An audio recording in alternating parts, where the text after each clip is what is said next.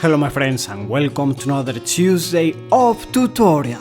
I am Leonardo Perez Nieto and today we will model a puma. I will use this clay bar which I cut in half. One part will be for the base and the other one for the beast. Let's start shaping the base, which will be a rock. And we cut two sections of the other half. One is to make the base longer, like this. Let's round the corners. And the other one will be the puma, or the mountain lion, or cougar, however you want to call him. The hind legs will be like this because he will be crouching. Actually, they are a little bit too wide. Let's cut them. I'm cutting them with a straight painting spatula, which is very handy for this type of slices. And let's shape the back a little bit more rounded.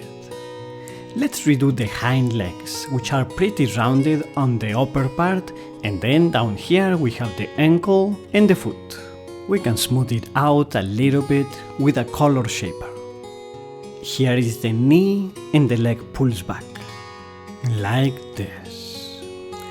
I'll add a little bit more clay for the back, and let's build the scapula or the shoulder blades. Those are pretty characteristic in cats.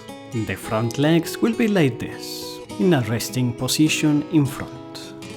Let's draw some muscles of the leg and shape a little bit the rib cage, the belly, the shoulder and the arm. And we begin working on the face. For now, just a general shape. Remember, first do the general shapes, the big masses. And once they are done, then refine them and add more and more detail. Some people ask me if they should use more the tools or more the hands or what is correct. And the truth is that there is no correct or incorrect answer to that. I have known some sculptors that preach that you should use the tools as much as possible, and others that use their hands almost for everything and the tools very sparingly. So there is no rules. Whatever works for you is fine. My puma is looking like a bear, by the way. He's a little chubby. For me, I think I use both the tools and my hands, but I don't really think about it. That I mean for modeling. When I need to take material off, then I definitely use a tool. We give the shape to the leg and foot on this other side, and also to the front leg, the elbow, etc. I will definitely not finish this sculpture in detail very realistically, but rather I want it to look loose and with character, more like a sketch in clay. I will leave the tail for the end so that I can model the body. I like this little wooden tool to work the clay. The neck of the cougar is pretty wide, practically as much as the head. We mark where the head begins and then it is pretty rounded, so we add clay, like so. And we shape the snout. At the height of the eyes is where it comes down towards the snout, but just a little. And that is where the bone of the nose begins. Below the cheekbone there is a recess, and as I told you, the head of these cats is pretty rounded. Let's shape a little bit better the snout and give more detail to the nose. Then we add the ears, which are small and triangular shaped, but with a rounded tip.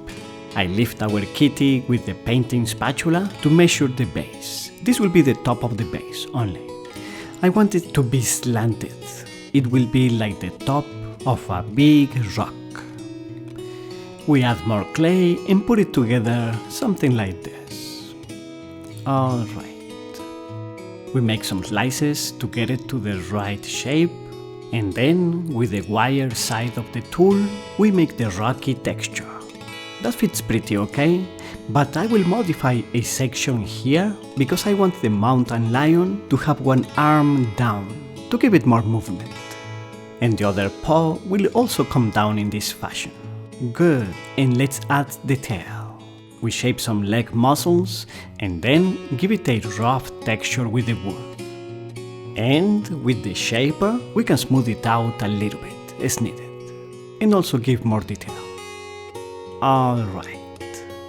We should also roughly shape the eyes. And by the way, the list of materials for this project is in the information below the video. We added the deltoid and tricep muscles on the arm, and it's ready!